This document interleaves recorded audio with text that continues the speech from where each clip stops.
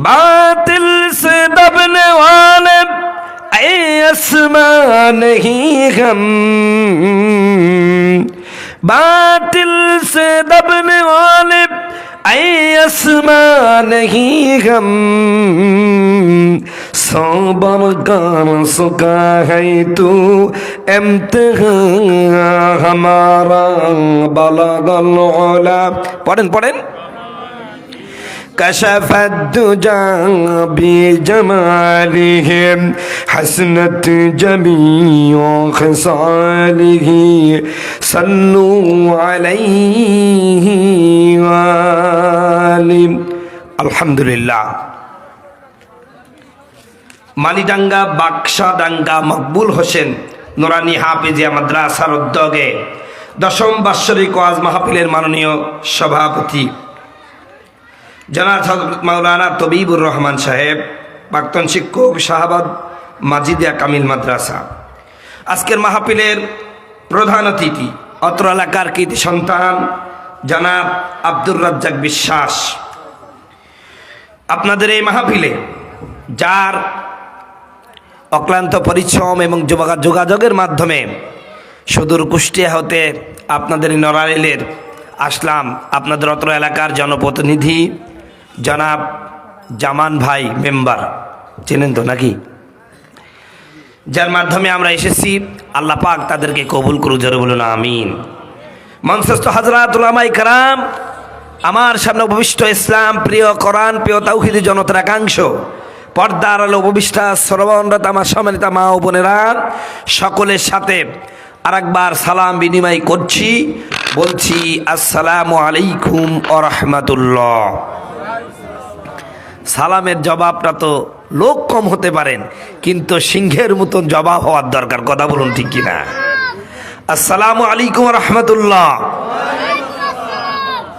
মাশাআল্লাহ। সম্মানিত ভাইরা আমার, আমি তো আপনাদেরকে ভাতের সাথে কিছু সজি দিব। আজকের মাহফিলের প্রধান বক্তা মাওলানা নুরুল ইসলাম ফারুকী, তিনি আপনাদেরকে গরুর গোশত যারা খাবেন গরুর গোশত দেবে, আর যারা ব্রয়লার খাবেন ব্রয়লার দেবে, কথা বলুন ঠিক কিনা? আমি সজি দিয়ে চলে যাই, কথা বলুন ঠিক কিনা? দ্বিতীয় বক্তা মানেই মঞ্চ তৈরি করা, ঠিক কিনা? তো আমরা ইনশাল্লাহ আলোচনা করব। যেহেতু আপনাদের এখানে যে কজন লোক দেখতেছি, মুসল্লিও মনে হয় কম আপনার এলাকায়, কথা কয় না? ফজরে নামাজে কয়জন মুসল্লি হয় ভাই? এক কাতারও পড়ে না। তাহলে আমাদের আজকের আলোচনার বিষয় হলো নামাজ। আলোচনার বিষয় কি? নামাজ সংক্রান্ত আলোচনা করব। কষ্ট হবে নাকি? এই নামাজ সংক্রান্ত আলোচনা করতে গেলে অনেকের গায়ে একটু বাঁধতে পারে, বাঁধলে কিছু মনে করেন না, আমার বলার দরকার বলবো। ফামাংসা ফালি মিন অমাংসা ফাল একফুর, ইচ্ছে হলে মানেন, না মানলে না মানেন, আপনি মরার পর আল্লাহ দেখিয়ে নেবে। কথা কথা ঠিক কিনা? ঠিক। সম্মানিত বন্ধুগণ, আমার ভাইয়ের আমার, আজকের মাহফিলগুলোতে লোকজন আসতেছে না। আসলে এরা মাহফিলে এসে কিছু বিনোদন পায়, কিছু কাঁদে, চলে যায়। মাহফিলের যে খোরাক, মাহফিলের যে লাভ, এ সংক্রান্ত জ্ঞান অধিকাংশ শ্রোতাদের নাই, কথা বলুন ঠিক কিনা? আর লাভ যেখানে নাই, বাঙালিকে সেখানে পাবেন না, অন্য কাউ পাইতে পারেন, কথা কচ্ছে না? কথা কচ্ছে। এই যে আমি কুষ্টিয়া থেকে এখানে মাহফিল করতে এসেছি, আমার কিছু লাভ আছে, মাহফিল শেষে পকেটের মধ্যে কিছু টাকা ঢোকাই দিবে, কথা কয় না? তাই এই কারণে কিন্তু আমি এত কষ্ট করে চলে আইছি। আর মন চায় যে আরো 2-5টা করে মাহফিল হোক প্রতিদিন, ঠিক কিনা? কারণ কি ভাই, আমার একটু লাভ আছে। এই আপনি যে মাহফিলে আসছেন, আপনারও তো কিছু লাভ থাকার দরকার, ঠিক কিনা? তা আপনার লাভটা আমি কিছুটা বলি, তাহলে দেখবেন আপনার শুনতে ভালো লাগবে। আমি যদি আপনাকে বলি ভাই নড়াইল বাজারে চলে যান, তো আপনি আমাকে বলবেন হুজুর কি জন্য যাবো? কই এমনি যান, যাইতে মন যাবে। কিন্তু আমি যদি বলি ভাই নড়াইল বাজারে এক লোক আপনার জন্য বসে আছে, গেলেই 10,000 টাকা, একদম 10,000-এর 1,000-এর নোট 10টা মাইরে দেবে আপনাকে, আপনি কি আর ওয়াজ শুনবেন ভাই? আগে টাকা নিতে দৌড় মারবেন, কথা বলুন ঠিক কিনা? কারণ কি পাইছেন? এখন টাকা পাইছেন, ঠিক কিনা? তা আপনারা যে আজকে মাহফিল আসছেন না, আসলে মাহফিলের যে লাভ এটা আমরা জানি না, জানলে আসতাম। তাহলে এই জন্য আমি লাভের কথা কিছুটা বলি, তারপরে লসের কথা বলবো ইনশাআল্লাহ। সম্মানিত ভাইয়ারা আমার, আল্লাহর নবী মুহাম্মদ রাসূলুল্লাহ বলেছেন, এশার নামাজ আদায় করার পরে কোনো নরনারী যদি আল্লাহর কোরআন বুঝার জন্য কোরআনের মজলিসে কিছুক্ষণ অপেক্ষা করে, কিছুক্ষণ বসে আল্লাহর কোরআনটা বুঝতে চায়, আমার নবী বলেন ওই ব্যক্তির আমল নামায় সারা রাত দাঁড়িয়ে নফল ইবাদত করে একজন ব্যক্তি কত রাকাত নামাজ পড়তে পারে। ধরে নিলাম কোনো ব্যক্তি যদি এশার পর থেকে ফজর পর্যন্ত 100 রাকাত নামাজ পড়ে, এই নামাজ কবুল হতেও পারে নাও পারে। কিন্তু কোনো ব্যক্তি যদি এশার নামাজের পরে আল্লাহর কোরআন বোঝার জন্য কিছু সময় ব্যয় করে, আমার আল্লাহ রাব্বুল আলামিন তার আমল নামায় কবুল 100 রাকাত নামাজের সওয়াব দান করবে। বলেন সুবহানাল্লাহ, জোরে বলেন আল্লাহু আকবার। আমার নড়াইলের মুসলমানরা, আমরা এখন যারা এশার নামাজ পড়লাম কবুল হয়েছে কোনো গ্যারান্টি আছে নাকি? জোরে বলেন। আমারই তো নাই, আপনার থাকে কি করি? এই সমাজে অনেক মানুষ আছে 20 বছর নামাজ পড়ে এখনো সূরা ফাতিহা স্পষ্ট ভাবে পড়তে পারে না, এরকম মুসল্লি আছে কি নাই? জোরে বলেন আছে কি নাই? পড়ে আলহামদুলিল্লাহি রাব্বিল আলামিন ভাবে আইয়া আলে রাব্বিকুমা তে কাযিবান। আমি ব্যঙ্গ করছি না, এইরকমই পড়ার স্টাইল। গ্রামের মানুষ এরকম পড়ে না ভাই?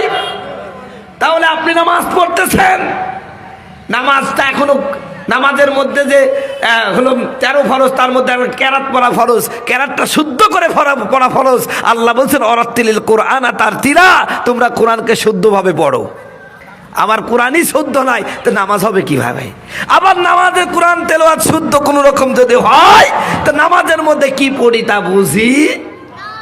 কথা বলুন ঠিক কিনা?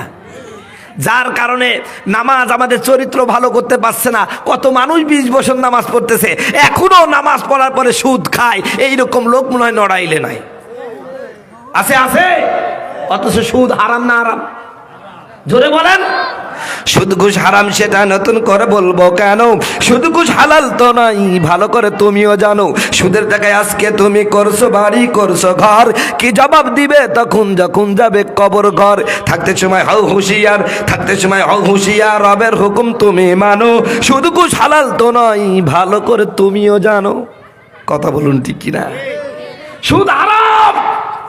নামাজ পড়ে 180 কিলোমিটার বেগে সুদ খায়, এইরকম অনেক মুসল্লি আছে। দেখবেন যে আমার তো কি টুপি, ওর টুপি আমার চেয়ে বড়, আমার জুব্বা চাই তার জুব্বা বড়, মসজিদে 5 ওয়াক্ত নামাজ পড়ে একদম মুয়াজ্জিনের পাশে দাঁড়ায়। কথা কয় না, কথা কয় না। মনে হবে কেবল জান্নাত থেকে পালিয়ে চলে আসছে। খোঁজ নিয়ে দেখবেন গ্রামের সবচেয়ে বড় সুদখোর ওই বেটাই। কথা কয় না, কথা কয় না, কথা কয় না। তা কি নামাজ পড়তেছেন? এই জন্য মমতাজ একটা মাঝে মাঝে গান গায়, গানটা কিন্তু খুব ভালো গান। নামাজ তুমি ধর্ম জানো, ছুরি তোমার পেশা, সেই নামাজই হইবে কবুল, কেমনে করো আশা। নামাজ হইল না রে তোর, নামাজের লইলি না খবর। ঠিক কিনা? সম্মানিত ভাইয়েরা আমার, আল্লাহ রাব্বুল আলামিন কুরআনুল হাকিমের মধ্যে বলেন, যেটা আমি খুতবার মধ্যে পড়েছি, আমার আল্লাহ বলেন উতলুমা ওহিয়া ইলাইকা মিনাল কিতাবি ওয়াকিমিস সালাত ইন্নাস সালাতা তানহা আনিল ফাহশাই ওয়াল মুনকার। জোরে বলুন আল্লাহু আকবার। আল্লাহ রাব্বুল আলামিন বলেন পবিত্র কোরআনুল কারীমে 403 নম্বর পৃষ্ঠা 1 নম্বর 2 নম্বর লাইন সূরা আনকাবুতের 45 নম্বর আয়াত, আমার আল্লাহ ডাক দেয়া বলেন, ও পৃথিবীর মানুষের শুনে রাখো, আমার নবী আপনি বলে দেন আপনার উম্মতদেরকে, এই আপনার প্রতি যেই কোরআনটা নাজিল করেছি এই কোরআনটা আপনি পড়তে থাকুন আর নামাজ পড়তে থাকুন। আমার আল্লাহ পাকের হাবিব জিজ্ঞাসা করলেন, ইয়া রাব্বাল আলামিন বলুন তো আমি যদি কোরআন পড়ি আর নামাজ পড়ি আমার লাভটা কি হবে? আমি তো লাভটা জানতে চাই। আমার আল্লাহ নবীকে ডাক দেয়া বলে, নবী গো আপনি যদি নামাজ পড়েন আর কোরআন তেলাওয়াত করেন, এ নামাজ আপনাকে অন্যায় কাজ থেকে বিরত রাখবে। কার কথা? কার কথা? তাহলে আল্লাহ বলল নামাজ অন্যায় কাজ থেকে বিরত রাখে। আমরা নামাজ পড়ে সুদ খাই, ঘুষ খাই, পরের জমিনে আইল ঠেলি, মানুষকে ঠগাই, মানুষের নামে মিথ্যা মামলা দিই, মানুষের নামে মিথ্যা সাক্ষী দিই, মানুষের নামে মিথ্যা কথা বলি, মানুষের নামে তহমত দিই, মানুষের চরিত্রের অপবাদ দিই। এইরকম সোনার মুসলমান আছে না নাই? তাহলে আল্লাহ বলল নামাজ অন্যায় কাজ থেকে বিরত রাখে, ইন্না সলাতা, নিশ্চয় নামাজ, তানহা, বিরত রাখে আনিল ফাহশা ওয়াল মুনকার, সমস্ত অন্যায় অশ্লীল কাজ থেকে। তাহলে আমি যে নামাজ পড়ে এখনো ভালো হতে পারলাম না, তাহলে বোঝা গেল আল্লাহ যেই নামাজের কথা বলছে ও নামাজ হয়নি। কথা বলুন ঠিক কিনা? সেই নামাজ হয়নি। নামাজ নামাজ আপনার চরিত্র ভালো করবেই, কারণ আল্লাহ বলেছেন নামাজ চরিত্র ভালো করে। আপনি নামাজ পড়ার পরে এখনো আপনার চরিত্র ভালো হয়নি, বুঝতে হবে আপনি নামাজি হয়েছেন, আসলে প্রকৃত নামাজি হতে পারেননি। সম্মানিত বন্ধুগণ, আমার ভাইরা আমার, এই নামাজ শুধু আপনার চরিত্র ভালো করবে না।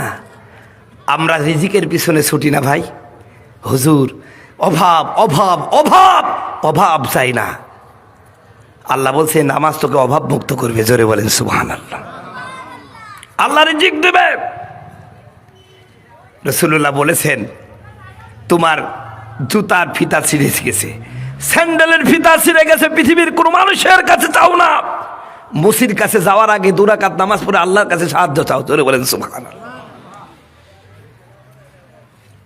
নামাজ যদি পড়তে পারেন আল্লাহ সত্যিই আপনার রিজিক দিবে। জোরে বলেন সুবহানাল্লাহ। আমি আমার হুজুরের কাছে মিজান পড়তাম, আমার ওই হুজুর ছিল খুব আল্লাহওয়ালা, পৃথিবীর কোনো মানুষের কাছে যত কষ্ট হোক কিছু চাইতো না। একদিন আমাকে বলছে, আমার কুষ্টায় বাড়ি, হুজুরের নাম মুফতি আমিনুল ইসলাম নাম, আমাকে একমাত্র 1 টাকা দিয়ে বলছে 1 টাকার কাঁচামরিচ নেয়। আমি বললাম হুজুর 1 টাকার কাঁচামরিচ আর কতটুকু দিবে? কয় যা দেয় তাই নেয়। হুজুর নামাজ পড়তেছেন, 2 দিন দেখলাম খালি নামাজই পড়ে নামাজই পড়ে, অথচ খোঁজ নিয়ে দেখলাম হুজুরের বাড়িতে আজ 2 দিনই খাবার নাই। 2 দিন চলে গেল, আমি যেদিন 1 টাকার কাঁচামরিচ আনলাম, তারপরের দিন হুজুর জোহরের নামাজ পড়ে কিছুটা রেস্ট নিয়ে আবার ওযু করে নামাজে দাঁড়ায় গেল। আমি আপনাকে বাস্তব কথা বলছি। হঠাৎ করে 3 জন লোক মোটরসাইকেলে আসলো, আইসে হুজুরকে বলল হুজুর আজ কয়েকদিন কেমন যেন লাগছে যে আপনার সাথে দেখা করবো, কিন্তু ব্যস্ততার কারণে পারি নাই। হুজুর এই যে 1 লাখ টাকা দিলাম, আপনি নেন, আপনার মাদ্রাসা চালান, আপনার পরিবার চালান। বলেন সুবহানাল্লাহ। ও ভাই, নামাজ যদি পড়েন, যেই আল্লাহ ওই তখন খাওয়াইছে এই আল্লাহ এখন খাওয়াতে পারবে না? এবার একটা আপনাদের ঘটনা বলি, আপনারা না হলে বুঝতে পারবেন না যে নামাজ কেমনে খাওয়ায়। আল্লাহর নবীর একজন সাহাবী, খুব গরিব সাহাবী, বিভিন্ন জায়গায় কাজ করতে গেলেন, কিন্তু কেউ তাকে কাজে নেয় না। তার অপরাধ, সে কেন মুহাম্মদের ধর্ম গ্রহণ করলো? কথা বুঝতে হয়েছে? শত্রুতা করে কেউ তাকে কাজে নিল না। বাড়িতে এমন অভাব শুরু হয়ে গেল যে বাড়িতে কোনো খাবার নাই। স্ত্রী বলতেছে যে আগেই ভালো ছিলাম, মুসলমান হওয়ার পরেই তো বিপদে পড়ে গেলাম। কথা বুঝতে হয়েছে? তো উনি চিন্তা করলেন, পরের দিন ফজরের নামাজ আদায় করে এখানে ওখানে কাজ খুঁজলেন, কোথাও কাজ পেলেন না। এক পর্যায়ে তিনি চিন্তা করলেন আমার নবীর কাছে গেলে তো কেউ খালি হাতে ফিরে না। জোরে বলেন সুবহানাল্লাহ। আমার রসুলের কাছে গিয়ে বলছি ইয়া রাসূলুল্লাহ, ইয়া হাবিবাল্লাহ, আজ কয়েকদিন যাবত হলো আমার বাড়িতে কোনো খাবার নাই। হুজুর আপনার কাছে বড় আশা নিয়ে আসছি, আপনি কি আমাকে কিছু খাবার দিবেন? জোরে বলেন সুবহানাল্লাহ। আমার নারায়ণের মুসলমানেরা, এ পর্দার মা বোনেরা, গভীর মনোযোগ দাও মা। আমি আমার জীবনে প্রথমেই নড়াইলে আসলাম, কোনোদিন আসি নাই। আমার থেকে আপনি তেমন কোনো ওয়াজ পাবেন না। আমি এসেছি আপনি আগামী বছর আমার দাওয়াত দেবেন এজন্য না, এসেছি আপনার মনের পরিবর্তন করতে, আপনার সম্পর্কটা আল্লাহর সাথে করে দেওয়ার জন্য। কথা বলুন ঠিক কিনা? আমার মুসলমান ভাইয়েরা গভীর মনোযোগ দিবেন। মুসলমান, আমরা কত নামাজ পড়লাম, আমাদের নামাজে কোনো উপকার আসে না। সাহাবায়ে কেরাম কেমন নামাজ পড়েছেন দেখেন। আমার নবীর কাছে গিয়া বললেন ইয়া নবী আল্লাহ, ইয়া রাসূলুল্লাহ, আজ কয়েকদিন যেমন আমার বাড়িতে কোনো খাবার নাই, কতজনের কাছে কাজ খুঁজলাম, কেউ আমার কাজে নাই না, বড় আশা করে এসেছি ইয়া নবী, আপনি আমাকে একটু খাবারের ব্যবস্থা করে দেন। আমার বন্ধুগণ, আমার ভাইয়েরা, আল্লাহর নবী মুহাম্মদ রাসূলুল্লাহ সাহাবীকে ডাক দেয়া বললেন আমার সাহাবী, আজ কতদিন হলো তোমার বাড়িতে খাবার নাই, সাহাবী ডাক দিয়া বলেন, ইয়া রাসূলুল্লাহ, ইয়া হাবিবাল্লাহ, আজ কয়েকদিন যাবত আমার বাড়িতে খাবার নাই। আমার নবী বলেন, কতদিন হবে? ওই সাহাবী বলেন, হুজুর আমার বাড়িতে আজকে 2-3 দিন যাবত কোনো খাবার নাই। বড় অসুস্থ হয়ে গেছে আমার স্ত্রীটা, ছোট্ট বাচ্চাগুলো ক্ষুধার জ্বালায় অসুস্থ হয়ে গেছে, আমার বাড়ির পরিস্থিতি খুব ভালো না। আমার নবী তখন বললেন, সাহাবী তোমার বাড়িতে আজকে 2-3 দিন খাবার নাই, আর আমার চুলায় আজকে 2 সপ্তাহ আগুনই জ্বলে না। সাহাবী মুখটা মলিন হয়ে গেছে, বড় আশা নিয়ে গেছে তো নবীর দরবারে। আল্লাহ রসুল তার মুখের দিকে তাকায়, দেখেন মুখটা মলিন হয়ে গেছে। নবীজি বলতেছেন, চিন্তা করো না, আমি এমন একটা রবের সাথে তোমার সম্পর্ক করে দিব, তার কাছে যদি তুমি চাইতে পারো আমার আল্লাহ তোমার খাবারের ব্যবস্থা করে দিবেন। বলে সাহাবাই কেরাম তো আমার আপনার মতন ছিল না যে এই কান দিয়ে যা শুনবে এই কান দিয়ে বের করে দিবে। সাহাবেরা সামিনা আতানা, রসুল যা বলেছেন সেটাই তারা মেনে নিয়েছেন। কথা বলুন ঠিক কিনা? সাহাবী সাথে সাথে বলছেন, ইয়া রাসূলুল্লাহ, আপনি রবের সাথে আমার সম্পর্ক করে দেন, ওই মালিকের সাথে সম্পর্ক করে দেন, আর তার কাছে চাইতে হবে কোন পদ্ধতিতে, পদ্ধতিটা শিখাই দেন। জোরে বলেন সুবহানাল্লাহ। আমার নয়নের মুসলমানেরা, আমার নবী মুহাম্মদ রাসূলুল্লাহ এবার সাহাবীকে ডাক দেয়া বলেন, সাহাবী রে, পদ্ধতি কোরআনুল কারীমের মধ্যে আছে, হয়তো বা তোমার মনে পড়ছে না, আমি তোমার মনে করে দিই। তখন আমার নবী কোরআনুল কারীমের সূরাতুল বাকারা, আপনাদের নড়াইলের কোরআন শরীফের মধ্যে এই সূরা আছে কি নাই? এই সূরার মধ্যে একটা আয়াত আছে, এই আয়াতের মধ্যে আল্লাহ বলেন, ইয়া আইয়ুহাল্লাযীনা আমানুস্তাঈনু বিস-সাবরি ওয়াস-সালাহ ইন্নাল্লাহা মা'আস-সাবিরিন। আল্লাহু আকবার।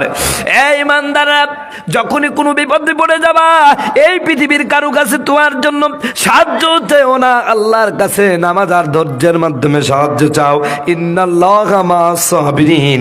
নামাজ পড়ো আর ধৈর্য ধারণ করো। নামাজ পড়লেই খাবার দিবে এমন না, নামাজের সাথে আর একটা সম্পর্ক আছে, সেটা হলো ধৈর্য। তুমি যদি নামাজ আর ধৈর্য একসাথে সংমিশ্রণ করতে পারো, নিশ্চিত আল্লাহ রাব্বুল আলামিন তোমার রিজিকের ফয়সালা করবে। জোরে বলেন সুবহানাল্লাহ। আমার ভাইয়েরা, আমার নবীজি যখন কোরআনুল কারীমের আয়াতখানা তেলাওয়াত করে শোনায় দিলেন, সাহাবী আর এক মুহূর্ত দেরি না করে, আমার বন্ধুগণ, আমার ভাইয়েরা, ওই সাহাবী আর এক মুহূর্ত দেরি না করে তাড়াতাড়ি বাড়িতে চলে আসতেন। স্ত্রীকে বল, লিল্লাহি তাকবীর, প্রধান অতিথির আগমন বালিয়াডাঙ্গার পক্ষ থেকে। আলহামদুলিল্লাহ, আমাদের প্রধান অতিথি মহোদয় চলে এসেছেন, তিনি তার মজলিসে তার আসন অলঙ্কৃত করার জন্য অনুরোধ করছি। সম্মানিত বন্ধুগণ, আমার ভাইয়ের, আমার সময় আমার সংকীর্ণ, অবশ্য আলোচনায় কষ্ট হচ্ছে না তো ভাই? সম্মানিত বন্ধুগণ, আমার ভাইয়েরা, আমার এবার সাহাবী দৌড়ে বাড়িতে আসলেন, স্ত্রীকে ডাক দেয়া বলেন, প্রাণের স্ত্রী, শুনে নাও, তাড়াতাড়ি আসো, দেখো তো বাড়িতে পানি আছে নাকি, এক বদনা পানি দিয়ে দাও। বদনা বুঝুন তো ভাই, বদনা বা লোটা, 1 লোটা পানি দিয়া দেন। পানি নিলেন, কি করবেন পানি দিয়ে? কয় আমি একটু অজু করবো। অজু করলেন, সাহাবী নামাজে দাঁড়ায় গেলেন। নামাজে 2 রাকাত নামাজ পড়ার পরে স্ত্রীকে ডাক দেয়া বলেন, প্রাণের স্ত্রী, যাও তো আমাদের যাতা ঘরে চলে যাও। যাতা ঘর বুঝেন তো ভাই, যেখানে গম পিসা হয়। এখন মেল আছে, আগে কিন্তু ঘরে ঘরে যাতা ছিল। কথা বলুন ঠিক কিনা? যাতা ঘরটার কাছে চলে যাও। স্ত্রীকে ডাক দেয়া বলেন, স্ত্রী যাও, যাতা ঘরে চলে যাও, খাবারের ব্যবস্থা হয়ে যাবে। কি ইয়াকিন, কি বিশ্বাস নামাজের প্রতি! জোরে বলেন সুবহানাল্লাহ। সাহাবী ডাক দেয়া বলেন, আমার স্ত্রী, আমি নামাজে দাঁড়ালাম, তুমি যাতা ঘরে অপেক্ষা করতে থাকো, যাতা ঘরে অপেক্ষা করতে থাকো। আমার বন্ধুগণ, আমার ভাইয়েরা, সাহাবী 2 রাকাত নামাজ পড়ে এবার স্ত্রীর কাছে ডাক দেয়া বলেন, স্ত্রী, আমার যাতা ঘরে কোনো খাবারের ব্যবস্থা হলো নাকি? এবার স্ত্রী ডাক দিয়ে বলে, না, কোনো খাবারের ব্যবস্থা হয় নাই। তখন ওই সাহাবী বলতেন, না, আমার আল্লাহ মিথ্যা কথা বলতে পারে না, মিথ্যা ওয়াদা করতে পারে না, নিশ্চিত আল্লাহ পাক আমার খাবার দিবে, অত হয়তো বা আমার নামাজটাই হয়নি। স্ত্রীকে বললেন আর এক বন্দা পানি দাও, আর এক বন্দা পানি দিয়ে আবার অজু করছে, অজু কালাম করে আবার 2 রাকাত নামাজের জন্য দাঁড়াই গেছে। জোরে বলেন সুবহানাল্লাহ। এবার 2 রাকাত নামাজ পড়ে এবার স্ত্রীকে বলতেছে এবার দেখো তো, কয় না হয়নি। তিনি চিন্তায় পড়ে গেলেন, কি হবে না কেন? ইন্নাকা লা তুখলিফুল মিয়াদ, আমার আল্লাহ তো কখনো মিথ্যা অঙ্গীকার করে না, নিশ্চিত আমার নামাজে সমস্যা হয়েছে। এবার সুন্দর করে কুশল টুশল করে আবার 2 রাকাত নামাজ পড়ে আমার মালিককে ডাক দেওয়া হচ্ছে, মালিক আজ কয়েকদিন যাবত আমি ক্ষুধার্ত, তোমার সামনে দাঁড়ায় কোরআন তেলাওয়াত করব, দাঁড়ায় দাঁড়ায় কোরআন তেলাওয়াত করব, নামাজে এতটুকু ক্ষমতাও আমি হারিয়ে ফেলেছি। ওগো আল্লাহ, কত মানুষকে, কত বেনামাজেকে, কত কাফের মুশরিককে তুমি খাওয়াও, তুমি কি পারো না আমার আজকে রিজিকের ব্যবস্থা করে দিতে? জোরে বলেন সুবহানাল্লাহ। এইভাবে করে সাহাবী যখন কান্না শুরু করে দিল নামাজ শেষে, হঠাৎ করে পাশের রুম থেকে স্ত্রী ডাক দেয়া বলেন, প্রাণের স্বামী আর কান্না লাগবে না, নামাজ পড়া লাগবে না, দেখো দেখো আমাদের জাতাটা অটোমেটিক ঘুরছে আর ওখান থেকে অনবরত আটা বেরোচ্ছে। জোরে বলেন সুবহানাল্লাহ। আল্লাহর নবী, মায়ার নবী গো, আপনি নবী আমার জান্নাতের সরদার, ঠিক কি না? সম্মানিত বন্ধুগণ, আমার ভাইয়েরা, এবার সাহাবী আর এক মুহূর্ত দেরি করলেন না, দ্রুত করে চলে গিয়ে স্ত্রীকে ডাক দেয়া বলেন, যাও বস্তা, গামলা আর হাঁড়ি পাতিল যা আছে সব নিয়ে আসো। সব নিয়ে আসা হলো, আটা দিয়ে ভরে দিল। এখনো আটা বের হয়, এখনো আটা ভরাই, রাখার আর জায়গা নাই। এক পর্যায়ে চিন্তা করলো, কি ব্যাপার, গম নাই, কিছু নাই, অনবরত আটা বেরোচ্ছে, ব্যাপারটা কি? দেখার জন্য জাতাটা উঁচু করে ধরলো, আর সাথে সাথে আটা পড়া বন্ধ হয়ে গেল। সাহাবী ওইগুলো ফেলে রেখে নবীজির দরবারে চলে গেলেন। সমস্ত ঘটনা আমার নবীকে যখন বললেন, আমার নবী বললেন, সাহাবী বড় ভুল করেছো, তুমি যদি দেখতে না যাইতা আল্লাহ রব্বুল আলামিন কিয়ামত পর্যন্ত আমার উম্মতের খাবারের ব্যবস্থা করতে। বলেন সুবহানাল্লাহ। একজন নবী আসিল গো সোনার মদিনায়, একজন নবী আসিল গো সোনার মদিনায়, ওরে যাহার প্রেমে মজনু হলো, ওরে যাহার প্রেমে মজনু হলো খুদের বাহানা, একজন নবী আসিল গো সোনার মদিনায়, ওরে যাহার আগমনের তরে কাবা যুগে সেজদা করে গো, তিনি আমার মায়ার নবী, তিনি আমার মায়ার নবী, শাহে মদিনা, একজন নবী আসিল গো সোনার মদিনায়। সম্মানিত বন্ধুগণ, আমার ভাইয়েরা আমার, ও নারায়ণের মুসলমানেরা, আমরা তো নামাজ পড়ি, আমাদের অভাব অনটন যায় না, নামাজের মাধ্যমে আমাদের সমস্যা সমাধান হয় না। আসলে নামাজ পড়ি ঠিক, কিন্তু ওই নামাজ হয় নাই যেই নামাজ সাহাবায়ে কেরাম পড়েছে, যেই নামাজ হযরত আলী পড়েছে, যেই নামাজ হযরত উসমান পড়েছে, যেই নামাজ হযরত আবু বকর পড়েছে, ওমর, উসমান, সমস্ত সাহাবায়ে কেরাম পড়েছে, সেই নামাজ হয় নাই। আমরা তো একটু বিপদে পড়লে নামাজ কালামে ভুলে যাই, একটু অভাবে পড়লে কয় হুজুর জীবনই চলে না, কেমনে মসজিদ আসবো? কথা বলুন ঠিক কিনা? নামাজেরই কইলে কথা দেখায় কত অজুহাত, হাতে ব্যথা, পায়ে ব্যথা, আরো নাকি গিরাই বাত, রুকু সাজদা করতে গেলে, রুকু সাজদা করতে গেলে মাথায় লাগে টান, ওরা কিসের মুসলমান, ওরা ভণ্ড মুসলমান। কথা বলুন, কথা বলুন ভাই, কষ্ট হচ্ছে নাকি? আলোচনা চলবে তো ইনশাল্লাহ। সম্মানিত বন্ধুগণ, আমার ভাইয়েরা আমার, এই সমাজে কত লোক দেখা যায় সারাদিন কত কাজ করতেছে, এখান যাচ্ছে ওখান যাচ্ছে, মাঠে হাজারো কাজ করতেছে। কিছু মুসল্লি আছে মসজিদে এসে চেয়ার দখল করে, নড়াইলে নাইও নাই, আছে নাকি? চেয়ারে নামাজ পড়বেন, কিন্তু রসুলের হাদিসটা 1 মিনিটে কয়ে দিই, কষ্ট হবে নাকি? আল্লাহ রসুল বলছেন, তুমি যদি অসুস্থ হও, দাঁড়িয়ে নামাজ পড়তে পারো না, বসে নামাজ পড়ো, বসে নামাজ পড়তে পারো না, শুইয়ে নামাজ পড়ো, শুইয়ে নামাজ পড়তে পারো না, ইশারায় নামাজ পড়ো, ইশারায় নামাজ পড়তে পারো না, এবার যেমনে পারো সামনে পারো। এটা হলো রসুলুল্লাহর দেখানো আদর্শ, এটাই রসুলুল্লাহ সুন্নাহ। কেমনে কেমনে যে চেয়ার টেবিল চলে আসলো আল্লাহ মাবুদি ভালো জানে। আমার কথা রাগ করলেন ভাই? যারা চেয়ারে পড়ে তারা মনে হয় রাগ করলো। ভাই আমি বললাম তো প্রথমেই, আমি বক্তব্য কি দিয়েছি, আমি যা বলবো মানলে মানেন, না মানলে না বানেন, আল্লাহ একজন আছে, তিনি দেখে নেবে আপনি কি করছেন না করছেন। কথা বলুন ঠিক কিনা? সম্মানিত বন্ধুগণ, আমার ভাইয়ের, আমার আলোচনার বসাই ছিল নামাজ। আমাদের নামাজ আমাদের চরিত্র ভালো করতে পারছে না। নামাজ পড়ো সুদ খাচ্ছি, নামাজ পড়ো হজ করতে, নামাজ পড়ো আমরা বিভিন্ন গুনাহ করতেছি। আরে ভাই, নামাজের সাথে আবার কিছু হাজিও আছে, হজ করার পরও চরিত্রের পরিবর্তন নাই। কথা কন না, কথা করছে না। কত মানুষ আছে ভাই, হাজি মানুষ, সব জায়গায় সম্মান দেয়, উনি কোনো সম্মানকে মিস করে না। মাহফিলে যখন আসে তখনও তিনি আসেন, আবার যাত্রা হবে এলাকায় সেখানেও তিনি সম্মানিত মেহমান। কথা কয় না, কথা কয় না। নামের আগে দেখো আল্লাহ হাজিলি খাতা, মদের আসরে সে থাকে, শুধু খুচরা হাজারি আছে যত অন্যায় একটু আধটু করে থাকে। এমন চরিত্রের মানুষ রূপী যারা, তাদেরকে কেমন লাগে বলেন? ভণ্ড ভণ্ড লাগে যে ওদের, ভণ্ড ভণ্ড লাগে, ঠিক না? প্রিয় ভাইরা, আবার আপনি যখন হাজি হয়েছেন, কোনো ধর্মীয় অনুষ্ঠান ছাড়া কোনো অনুষ্ঠানে আপনার যাওয়া উচিত নয়। কথা বলুন ঠিক কিনা? আবার হাজির মতো ভেজাল আছে, উনি হজ করতে গেছে তাও মানুষের হক মাইরে। কেমনে? 5 বিঘা জমির মালিক এই নড়াইল শহরে, কথা কয় না। তার 5টা ছেলে 6টা মেয়ে, উনি সব জমি করাকে ছেলের নামে লিখে দেয়। কথা কয় না, কথা কয় না। ছেলের নামে লিখে দিয়ে 5 ছেলের থেকে বলে, বাপ কিছুই করলাম না কো, আল্লাহর ঘরটা জিয়ারত করে একটু মরতে পারলে বাঁচতাম। কথা কয় না। খুব স্বপ্ন ছিল। ছেলেরা চিন্তা করলো নড়াইল শহরে 1 বিঘি করে জমি দিয়েছে, বাপকে যদি হজটা না করি সারা লোকে কি বলবে। কথা কয় না। তখন কি করে, 5 ছেলে মিলে 2 লাখ করে দিয়েছে, 10 লাখ। বাপ তুমি হজ করে আসো। হজ করে আসলো, এদিকে মেয়েদের হক ফাঁকি মেরে দিছে। কথা কয় না, কথা কয় না, কথা কয় না। হক হলো 2 প্রকার, একটা হলো হক্কুল আর একটা হক্কুল ইবাদ। আপনি নামাজ যদি না পড়েন আল্লাহ মাফ করে দিতে পারে। আপনি জেনা করেছেন, এটা আল্লাহর হক, আল্লাহ মাফ করে দিতে পারে। আপনি কি করছেন, মিথ্যা কথা বলেছেন, আল্লাহ মাফ করে দিতে পারে। আপনি কি করছেন, যাকাত দেননি, আল্লাহ মাফ করে দিতে পারেন।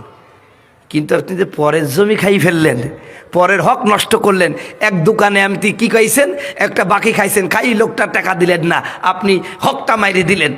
এরপরে হজ করে আসছেন ভাই, কিয়ামতের ময়দান কিন্তু আল্লাহ আপনাকে ছাড়বি না।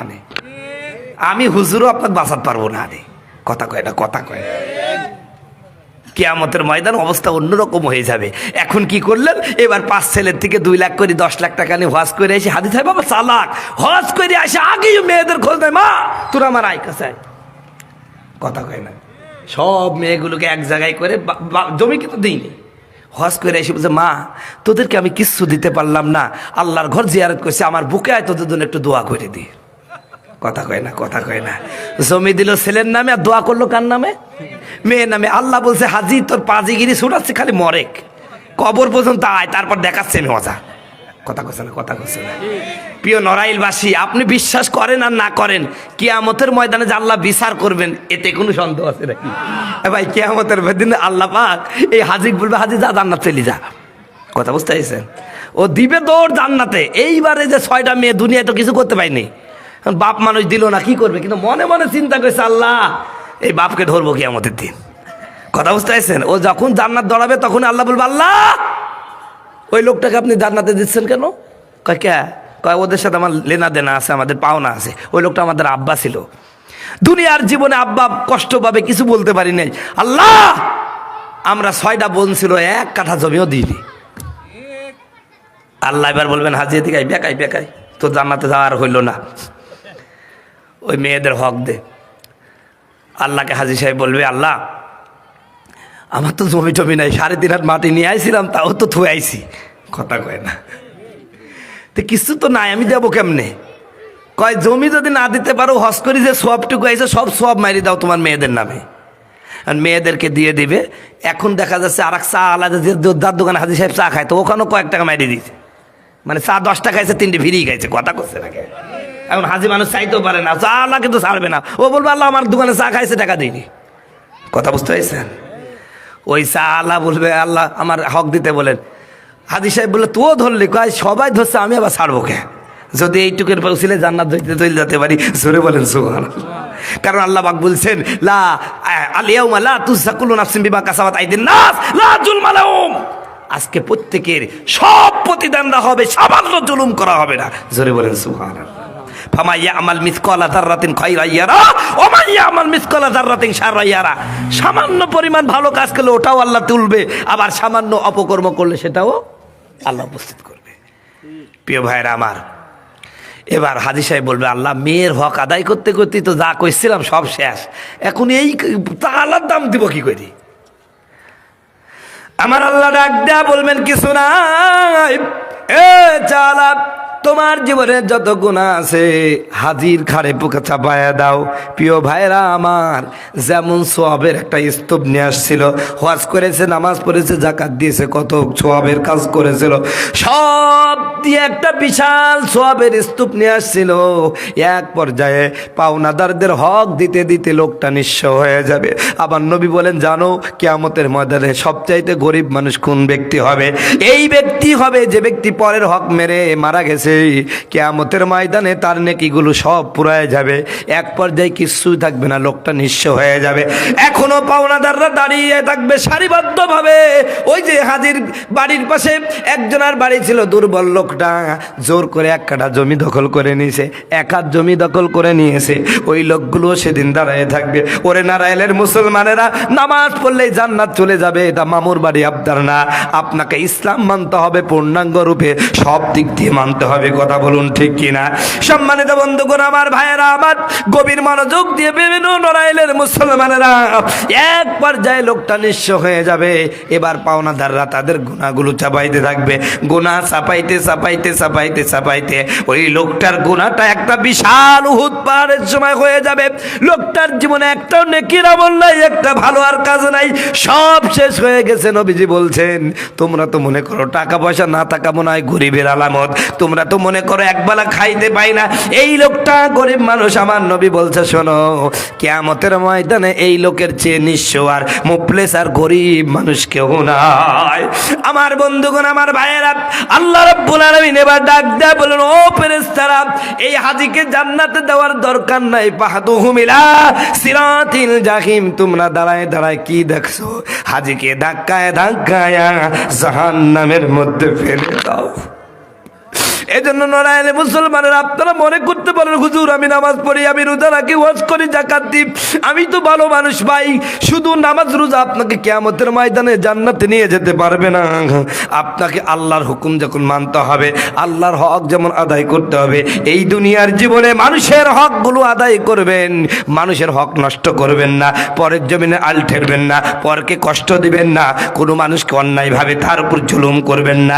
জুলুম কিন্তু আরো খারাপ, মারাত্মক জিনিস। এই জুলুম হলো বান্দার হক। কোনো মানুষের মনে যদি কষ্ট দেয়া থাকেন, এই জমিনের মধ্যে যদি তার থেকে মাপ নিয়ে না যেতে পারেন, আল্লাহ কিয়ামতের ময়দানে ওই দিন কিন্তু বিচার করবে। আমার আল্লাহ এমন বিচার করবেন, যেই বিচারের মধ্যে কোনো স্বজনপ্রীতি চলবে না, কোনো দুর্নীতি চলবে না।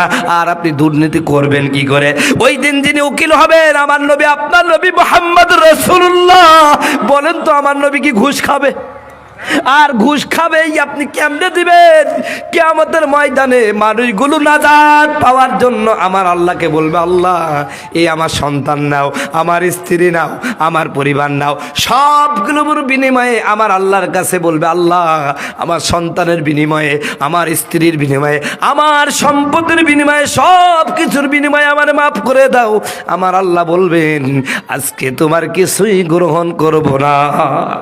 সম্মানিত বন্ধুগণ, আমার ভাইয়েরা, আবার এই জন্য খুব ভয়াবহ দিন ভাই, ভয়াবহ দিন। ওই দিন নবীজির উম্মত হতে হলে শুধু নামাজ পড়লেই হবে না, নামাজের সাথে আপনাকে আপনার চরিত্রের পরিবর্তন করতে হবে। যেদিন দেখবেন যে আপনি নামাজ পড়ছেন, নামাজের আগে আপনি অকাম কুকাম করতেন, কিন্তু নামাজি হওয়ার পরে সমস্ত অকাম ছেড়ে দিয়েছেন, মানুষের প্রতি অন্যায় করেন না, তাহলে বুঝে নিয়েন আপনি জান্নাতের পথে আগাচ্ছেন। জোরে বলেন সুবহানাল্লাহ। আল্লাহর নবী, মায়ার নবী গো, আপনি নবী আমার জান্নাতের সরদার। আমার বন্ধুগণ, আমার ভাইয়ার, আমার এতক্ষণ পর্যন্ত নামাজিদের নিয়ে কথা বলছি বলে যারা জীবনেও নামাজ পড়ে না, এমনকি পশ্চিম দিকে সেজদা তো দেয় না, যদি হুসুট খেয়ে পেরো পড়ে যায় পূর্ব দিকে পড়ে, ওই লোকগুলো মনে মনে খুব খুশি হচ্ছে, হুজুর তো ভালোই, খালি নামাজিদেরকেই বলছে, কথা কয় না। ভাই আপনাকে আমি কি বলবো, আপনি নামাজ পড়েন না মানে আপনি তো মুসলমানই না। কথা কচ্ছে না, আল্লাহ রসুল বলছে মান তারাকা সালাতা মুতাআম্মিদান ফাকাত কাফারা, যে ব্যক্তি ইচ্ছাকৃতভাবে নামাজ ছাইড়ি দিল ও কাফের হয়ে গেল। আমার ফতোয়া ভাই, কথা কচ্ছে না, কথা কচ্ছে না। এই ফতোয়া কে দিয়েছে? আল্লাহর নবী দিয়েছে। নবী বলছেন মান, যেই নারী যেই পুরুষ, মান মানে কি, যেই নারী যেই পুরুষ তারাকা ছাইড়ি দিয়েছে সালাত নামাজকে মুতাআম্মিদান ইচ্ছাকৃতভাবে। এই ভাই আজকে আসরের নামাজ যে পড়েনি ওকে ইচ্ছাকৃতভাবে নামাজ ছাড়েনি? কথা কচ্ছে না, কথা কচ্ছে না। যেই মহিলা পড়েনি, যেই পুরুষটা পড়েনি, সাবালক সাবালিকা নারী পুরুষ, যেই আসরের নামাজটা, মাগরিবের নামাজটা, এশার নামাজটা ইচ্ছাকৃতভাবে পড়লো না, আল্লাহ বলছেন ফাকাত কাফারা, ও কাফের হয়ে গেছে। তা আপনাকে আমি কি বলবো, আপনি তো মুসলমানই না। কথা কচ্ছে না। এই কথা বললে কি রাগ করলেন ভাই? করলে করেন গা, আমার রসুল যা বলছে আমি শুধু অনুবাদক আপনাকে বলে গেলাম। একজন ব্যক্তি বলছে হুজুর আমি সব করি, আমি ভালো লোক, কাউকে ঠগাইনি কিছু না, খালি নামাজ পড়িনি, আমার ইমান আছে। আমি বলছি ভাই ইমান থাকবে কেবে, মানে উনি আমাকে বলছে আমার কি ইমান নষ্ট হবে? আমি বলছি ভাই ইমান তো নাই, তো নষ্ট হবে কি? কথা কাছে না কেন? আবার কিছু লোক আছে নামাজ তো পড়ে না, হুজুর আমি নামাজ না পড়লে কেমন ইমান ঠিক আছে। এ শয়তানের হেডকোয়ার্টার এটি। কথা কচ্ছে না, কথা কচ্ছে না। যেই লোকটা বলে আমি নামাজ পড়ি না ইমান ঠিক আছে, জীবনে শয়তান দেখার ইচ্ছা আছে আপনাদের? কার কার আছে দুহাত তুলি দেখান তো, লিল্লাহি তাকবীর। শয়তান দেখার ইচ্ছা নাই? একজন আরো নাই, এই কয়েকজনের মাত্র। শয়তান দেখার ইচ্ছা কার আছে? হাত তুলেন, লিল্লাহি তাকবীর। আল্লাহ কবুল করুন। শয়তান যদি দেখতে চান তাহলে যেই লোকটা বলবে হুজুর আমি নামাজ না পড়লেও আমার ইমান ঠিক আছে, আমার মন ঠিক আছে, ওটাই শয়তান। কথা কচ্ছে না, কথা কচ্ছে না। আর একটা শয়তান আছে এই মাহফিলের সময় ভর করে। এক লোক একটা গল্প বলে, অনেক সময় ওয়াজ করছি তো আপনাদের মনে হয় কষ্ট হচ্ছে, একটা গল্প বলি শোনেন। এক লোক ও যে কাজ করে খালি লস হয়, তো ও চিন্তা করলে একটা মান্যত করি। তো মান্যত করতে করতে লোকটা আবার শয়তান খুব, বুঝছেন? মানে শয়তান বলতে শয়তান না, বলতে চালাক, মানে মানুষকে খুব হাসায় আর কি, রসিক লোক মনে করে, রসিক লোক। তো ওই লোক মান্যত করেছে আল্লাহ তুমি যদি আমার অমুক আশাটা পূর্ণ করো তো আমি শয়তানকে 100 টাকা দেবো। কারে দেবে? শয়তানকে। ঘটনাক্রমে আল্লাহ পাক তার আশা পূরণ করে দিয়েছে। কথা বুঝতে চাইছেন? এখন মান্যতের নিয়ম কি, আশা পূরণ হলে সেটা তো করতে হয়। এখন ওই 100 টাকা নিয়ে শয়তান খুঁজে বেড়াচ্ছে, কোথাও পাই নাই। একদিন মসজিদের ইমাম সাহেবকে বলছে, ইমাম সাহেব আমি যে একটা কাজ করেছিলাম, মান্যত করেছিলাম আল্লাহ আমার অমুক আশা পূরণ করলে আমি শয়তানকে 100 টাকা দেবো। তা আল্লাহ তো আমার আশা পূরণ করছে, কিন্তু শয়তান তো খুঁজে পাচ্ছি না, কারে দেবো 100 টাকা? তখন হুজুর বলতেছেন জুমার দিনে মসজিদের গেটে দাঁড়া থাকবা, দাঁড়িয়ে জুমার নামাজ চলতেছে, জুমার নামাজ চলাকালীন অবস্থায় নামাজ না পড়ি যেই মুসলমান মসজিদের সামনে দিয়ে হাইটি চলে যাবে, টাকা 100টা তার হাতেই দিয়ে দেওয়া, ওটাই শয়তান। কথা কথা। তো বন্ধুগণ আমার, ভাইরা আমার, তো এলাকার উনি বসে আছেন, তো বসে হলো, ওর তো নামাজ পড়ার ইচ্ছা না, ওর হচ্ছে শয়তান ধরার ইচ্ছা। এইবার একামত যখন হয়েছে, ইমাম সাহেব যখন আল্লাহু আকবার বলছে, ঘটনাক্রমে ওই গ্রামের যে নেতা তিনি ওই দিকে হাঁটিয়ে যাচ্ছে, বুঝছেন? ও যাই 100 টাকা নেন। তখন নেতা বলছে কি রে 100 টাকা কি জন্য দিলি, নির্বাচন করবো এই জন্য নাকি? কয় না আমি একটা মান্যত করেছিলাম। কয় কি মান্যত? কয় হুজুর কইছে যে নামাজ চলাকালীন অবস্থায় জুমার নামাজ না পড়ি যেই লোকটা হাইটে যাবে সেইটি নাকি শয়তান। তা আমার মান্যত পুরা হয়ে গেছে, আপনি শয়তান, আপনাকে 100 টাকা দিই। কথা বুঝতে পারছেন? কথা বুঝতে পারছেন? তো বন্ধুগণ আমার, ভাইরা আমার, আল্লাহ বলছে হাইয়া আলাস সালাহ, আসো নামাজের দিকে। আল্লাহ ডাকতেছেন। এই মুয়াজ্জিনের ভাষাটা কি মুয়াজ্জিনের ভাষা? এটা মুয়াজ্জিনের মাধ্যমে আল্লাহ ডাকছে আপনাকে, হাইয়া আলাস সালাহ, আসো নামাজের দিকে, হাইয়া আলাল ফালাহ, কল্যাণের দিকে। আর আপনি সেই নামাজ থইয়া মসজিদকে ওভারটেক করে, আল্লাহর কথা ওভারটেক করে আপনি মসজিদ অতিক্রম করে চলে গেলেন, মসজিদের পাশে ক্যারাম ঠোকাচ্ছেন, আপনি মসজিদ ঢুকতে পারলেন না। আরে আপনার চেয়ে শয়তান কি অন্য কেউ হতে পারে? বরং আপনার দিকে শয়তান বলে আল্লাহ আমারে সৃষ্টি করলা, এ তো সবচেয়ে বড় শয়তান। কথা না, কথা কথা। সম্মানিত বন্ধুগণ আমার, ভাইয়ের আমার, যেহেতু আলোচনা করছি নামাজ প্রসঙ্গ, অনেকে বলতে পারেন, যে কথা বলছিলাম যে আমাদের সমাজে কিছু মানুষ আছে খুব পণ্ডিত, নামাজ পড়ে না, আবার বিভিন্ন ফতুয়াবাজি কয় হুজুর না ইমান ঠিক আছে। এরকম একটা ঘটনা, আরেকটা ঘটনা বলি। আমি রংপুরে ওয়াজ করতে গেছিলাম ভাই, একটা মসজিদের মাহফিল, তো এইরকম বাগান এলাকা মসজিদ, তো মসজিদের সামনে অনেকগুলো কাঁঠাল গাছ আছে। আপনারা জানেন যে মাহফিলের সময় ইমাম মুয়াজ্জিনের ব্যস্ততা খুব বেশি হয়, কথা বলুন ঠিক কিনা।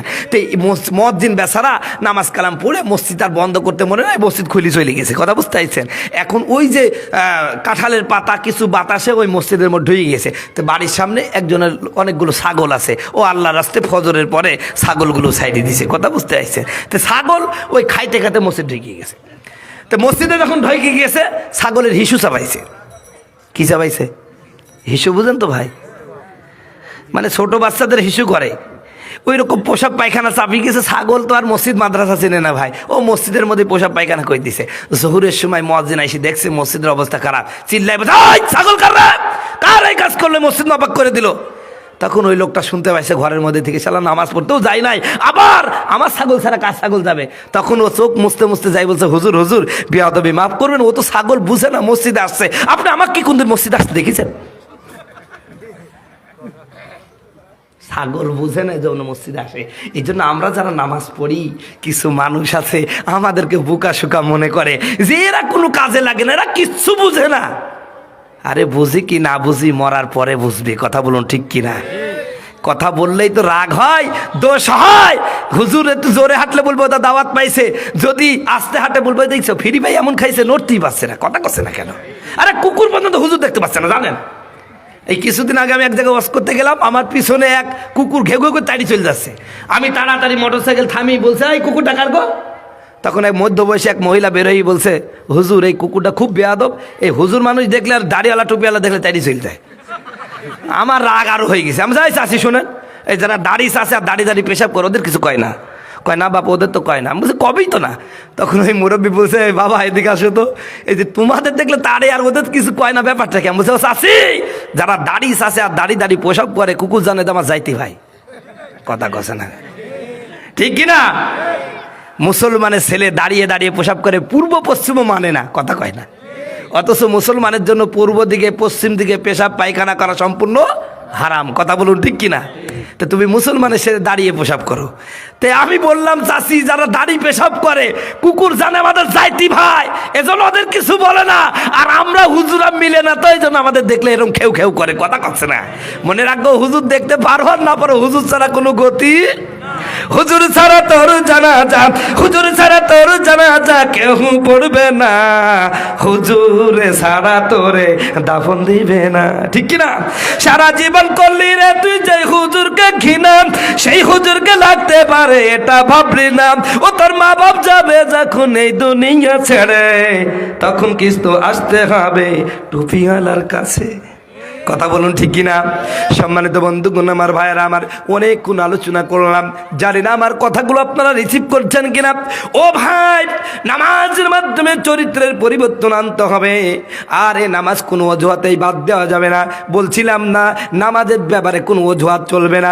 নামাজে কইলে কথা দেখাই কত অজুহাত, হাতে ব্যথা পায়ে ব্যথা আরো নাকি গিরাই বাট, রুকু সাজদা করতে গেলে মাথায় লাগে ওরা কিসের মুসলমান, ওরা কিসের মুসলমান। বন্ধুগণ আমার ভাইয়েরা আমার, আপনারা বলতে পারেন হুজুর খুব গরিব মানুষ নামাজ পড়বো কেমনে, আমার মতন গরিব কেউ নাই। সারাদিন পরের জমিনে কাজ করি, বারবার নামাজ পড়তে আসলে কাজে নিবে না। ও আমার মুসলমান ভাই, আপনি যতই গরিব হন না কেন, আমার বাংলাদেশে এমন লোক খুঁজে পাওয়া যাবে না যারা 3 বেলা খাবার পায় না, আছে নাকি? বন্ধুগণ আমার ভাইয়েরা আমার, ধরে নিলাম আপনি খুব গরিব মানুষ, খুব গরিব মানুষ, খুব গরিব মানুষ, এত গরিব এই নড়াইলের মধ্যে তোমার চেয়ে কেউ গরিব নাই। ও ভাই আল্লাহ কিয়ামতের ময়দানে হয়তো বা আপনি বাঁচার জন্য আল্লাহকে বলবেন আল্লাহ এই সমাজের সবচাইতে গরিব মানুষ আমি ছিলাম, নামাজ পড়তে পারি নাই, পরের কাছে সবসময় দৌড়ে বেড়াইছি, রিজিকের পিছনে ছুটছি, নামাজ পড়তে পারি নাই। আমার আল্লাহ এমনও সাহাবীকে তুলে দিবেন যাদের জীবনে কোনো দিন 3 বেলা খাবার হয় নাই। ঘটনা একখানা মনে পড়ে গেল, বলবো নাকি? আমার নবী মুহাম্মদ সাল্লাল্লাহু আলাইহি ওয়াসাল্লামের একজন সাহাবী, নাম হযরতে আবু তালহা রাদিয়াল্লাহু তাআলা আনহু। কেমন গরিব সাহাবী, প্রিয় ভাইরা আমার, টাকা পয়সা বাড়ি গাড়ি সব ছিল। মক্কার জমিনে যখন ইসলাম কবুল করলো, মক্কার মানুষেরা অত্যাচার শুরু করে দিল, সব রেখে মদিনায় চলে গেলেন। মক্কার মানুষেরা ওখান থেকে ষড়যন্ত্র শুরু করে দিল।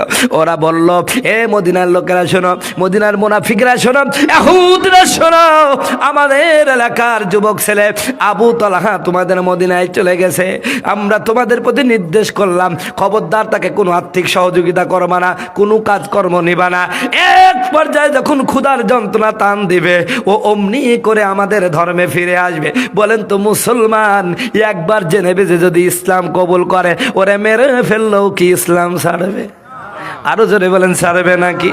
আমার বন্ধুগণ, আমার ভাইয়েরা, লোকটা যখন মদিনায় চলে আসলেন, মদিনায় আসার পরে এমন বিপদে পড়ে গেলেন, কেউ কাজে নাই না, ক্ষুধার যন্ত্রণা সইতে পারে না। আমার বন্ধুগণ, আমার ভাইয়েরা, এমন অবস্থা হয়ে গেল, অভাবের তাড়নায় একটা মাত্র চাদর, এই চাদরটা তিনি পরিধান করলে তার স্ত্রীকে উলঙ্গ থাকা লাগে, স্ত্রী পরিধান করলে স্বামীকে উলঙ্গ থাকা লাগে। এমন একটা কঠিন পরিস্থিতি যখন হয়ে গেল, বন্ধুগণ, ও নড়াইলের মুসলমানেরা, পর্দার আড়ালের মা, আজ তোমাদের কাপড় চোপড়ের অভাব নাই, কত থ্রি পিস আছে 5টা তুমি বাইরে রেখেছো, প্রতিদিন নতুন নতুন পরবা, আরো 10টা শোকেসের মধ্যে তোলা। কথা বলুন ঠিক কিনা? এ আমার মা, জানি না এই নড়াইলের জমিনে আসবো কিনা, একটু মনোযোগ সহকারে শুনবেন মা। এ আমার নড়াইলের যুবক ভাইয়েরা, আমার বাবাজিরা, দরিদ্রতার অজুহাত দিয়ে কিয়ামতের ময়দানে আল্লাহর কাছ থেকে নাজাত পেয়ে যাবেন না, না না। দেখেন কেমন গরিব, একটা মাত্র চাদর, এই চাদরটা তিনি পরিধান করলে স্ত্রীকে উলঙ্গ থাকা লাগে, স্ত্রী পরিধান করলে স্বামীকে উলঙ্গ থাকা লাগে। এমন কঠিন পরিস্থিতি যখন শুরু হয়ে গেল, আমার বন্ধুগণ, আমার ভাইয়েরা, একদিনের ঘটনা, গভীর রজনী, স্বামী স্ত্রী ঘুমানো আছে, হঠাৎ করে হযরত বিলাল আযান দিয়া দিলেন, আসসালাতু খায়রুম মিনান নাওম। আমার ভাইয়েরা, আজানের এই ধ্বনি কানে শোনার সাথে সাথে হযরতে তালহার ঘুম ভেঙে গেল। হযরতে তালহা ঘুম থেকে উঠে দেখে একটা মাত্র চাদর স্ত্রী পরে আছে, পরে ঘুমায় আছে। প্রিয় ভাইয়েরা আমার, এবার হযরতে তালহা ডাক দেয়া বলল, প্রাণের স্ত্রী, ও যে বিলাল আযান দিয়ে দিয়েছে, এখনই একামত হয়ে যাবে, আমার নবী নামাজের মুসল্লায় দাঁড়ায় যাবে, দাও না তোমার পরনের চাদরটা খুলে দাও না। আমাদের স্ত্রীরা এইরকম অবস্থা যদি আমাদের হয়, কারো বউ থাকবে ভাই? আরে আমার বই তো থাকবে না, তো আপনার বউ থাকে কেমনে? কথা কয় না কেন? এইরকম অভাব হলে বলবে যে, মেনসি তুই আর তোর নি থাক, আমি চললুম। কথা কছে না, কথা কছে না। আহা, আজ আমাদের স্ত্রীদের পোশাক আশাকের অভাব নাই, শুধু একটা জিনিসের অভাব, আমাদের বউরা নামাজ পড়ে না। কথা বলুন ঠিক কিনা? সম্মানিত বন্ধুগণ, আমার ভাইয়ের, আমার, হে আমার পর্দার আড়ালে মা বোনেরা, খুব ভালো করে শুনেন। স্ত্রী কেমন দেখেন, স্ত্রী ও নবীজির সাহাবী, জোরে বলেন সুবহানাল্লাহ। স্বামীকে ডাক দেয়া বলেন, প্রাণের স্বামী, চিন্তা করবেন না, এখনই আমি উঠতেছি। হযরত তালহা শীতের মৌসুমে, আমার বন্ধুগণ, আমার ভাইয়েরা, ওযু করার জন্য রওনা হয়ে গেছে। কেমন স্বামী, কেমন স্ত্রী দেখেন। এবার স্বামী ডাক দেয়া বলে, প্রাণের স্বামী, আপনি এই অবস্থায় বাইরে ওযু করতে গেলে ইজ্জতের বিষয় আছে, আপনি এখানে বসে থাকেন, আপনার জন্য আমি পানির ব্যবস্থা করে দিচ্ছি। জোরে বলেন সুবহানাল্লাহ। আমাদের বউরা করে ভাই, খুব কম। এই শীতের মধ্যে উনি ঘুমেই থাকে, স্বামী বেচারা নামাজ পড়বে, তার জন্য একটু গরম পানি করে দিবে, এইরকম সুযোগ কথা কচ্ছে না, কথা কথা আছে নাকি? নাই। খালি বাপ, মানে স্বামী এমন হয়ে গেছে, বেচারা স্বামী মাকে 10টা টাকা দিবে, তাও বউর অনুমতি ছাড়া দিতে পারে না। কথা কছে না, কথা কছে। আর আমরা বউরা, স্বামীরাও এরকম হয়ে গেছি, স্ত্রী যেরকম বলে ওইরকমই চলার চেষ্টা করি, চিন্তা করি এইরকম বউ চলে গেলে আর বউ পাবো নাকি? ঠিক কিনা? কত আমাদের কুষ্টিয়ায় দেখেছি, কত যুবক আছে, কত ভাই আছে, বউকে ছেলে মেয়েকে এনে কত ভালো খায়, মাকে কোনোদিন একটু ভালো খাবার দেয় না। কথা কছে না? আরে ভাই, আপনার ছেলের খাবার হচ্ছে, আপনার বউর খাবার হচ্ছে, আপনার শাশুড়ি শ্বশুরের খাবার হচ্ছে। পৃথিবীতে মা বাপ এত খায় যে তারে 3 বেলা খাবার দিতে পারো না। জিন্দা থাকতে মা বাপ কে এক টুকরা খাবার দাও না, 1 লোকমা খাবার দিক থেকে বউর চিন্তা করো, বউ কিছু বলবে। অথচ এই বাপ মা যখন না খেয়ে মারা যায় 40 গ্রাম দাওয়াত করে খাওয়ায়। কথা কছে না কেন? ও তুমি জিন্দা থাকতে 1 মুঠো ভাত, ও তুমি জিন্দা থাকতে 1 মুঠো ভাত দাওনি মা বাবার মুখে, মরলে খাওয়াও পাড়ার লোক দেখে। মাসে মাসে লক্ষ টাকা ব্যাংকে রাখো জমা, বাড়ি বাড়ি ভিক্ষা করে তোমার মা বাবা। ও তোমার বউয়ের হাতে সোনার চুড়ি, ও তোমার বউয়ের হাতে সোনার চুড়ি, দিন কাটে মহা সুখে, মরলে খাওয়াও পাড়া লোক দেখে। এই ওয়াজ অন্যদিনের যদি কোনো সুযোগ আসে মা বাপ সম্পর্কে আলোচনা করব। আমার আলোচনা নামাজের মধ্যে যাই, তা কিনা মনে আছে? স্ত্রী ডাক দেয়া বলেন, প্রাণের স্বামী না, আপনি বাইরে যাবেন না, আমি পানির ব্যবস্থা করে দিই। পানি নিয়ে এসে ডালা শোনো করলেন। হযরতে তালাকে ওযু করাই দিয়া, শরীরটা মুছাইয়া দেয়া, নিজের পরনের কাপড়টা খুইনা দিয়া হযরতে তালার স্ত্রী ডাক দেয়া বলেন, প্রাণের স্বামী যান, আমার নবীর পিছনে জামাতে নামাজ পড়ে আসেন। জোরে বলেন সুবহানাল্লাহ।